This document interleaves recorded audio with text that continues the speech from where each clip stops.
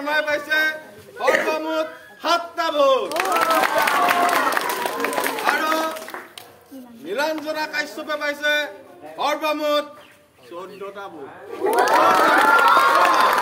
এতিয়া বৰ্গমন্ত্ৰী আমাৰ নীলাঞ্জনা কাশ্যপ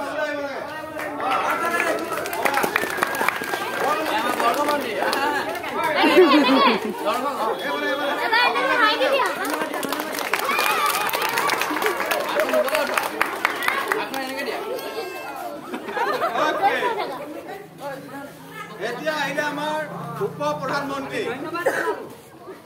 প্ৰধানমন্ত্ৰী আমাৰ 3গৰাকী কেন্দ্ৰীয় আছিলে কুমকুম খাউন ওজস্বিনী শইকীয়া আৰু নিহাৰিকা কাশ্যপ আমাৰ কুমকুম খাউনে পাইছে উপ প্ৰধানমন্ত্ৰী সৰ্বমুঠ 8টা ভোট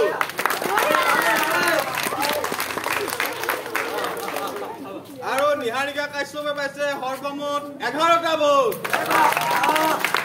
আৰু ওজস্বিনী শইকীয়াই পাইছে সৰ্বমুঠ 13টা ভোট